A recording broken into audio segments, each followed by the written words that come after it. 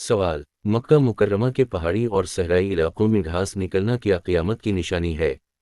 क्या इस तरह की कोई हदीस मौजूद है कि आप सल्लल्लाहु अलैहि वसल्लम ने फरमाया कि क़यामत की निशानी में से एक निशानी ये भी है कि मक्का मुकर्रमा के इलाकों में क़यामत के नज़दीक घास और हरियाली निकल आएगी?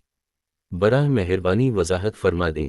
जवाब: मुस्लिम शरीफ की रिवायत है कि जनाब रसूल अल्लाह सल्लल्लाहु अलैहि वसल्लम से फरमाया कि इस वक्त तक क़यामत कायम ना होगी जब तक माल की कसरत ना हो और वो बहने ना लग जाए, यहाँ तक कि आदमी अपने माल की ज़कवा लेकर निकलेगा तो इससे कोई ज़कवा कबूल करने वाला ना होगा और अब सरजमीन चरागाहों और नहरों में बदल जाएगी। मज़ाहिर हक़ जीम नंबर 5 स्वाद नंबर 25 मकतबा इल्म।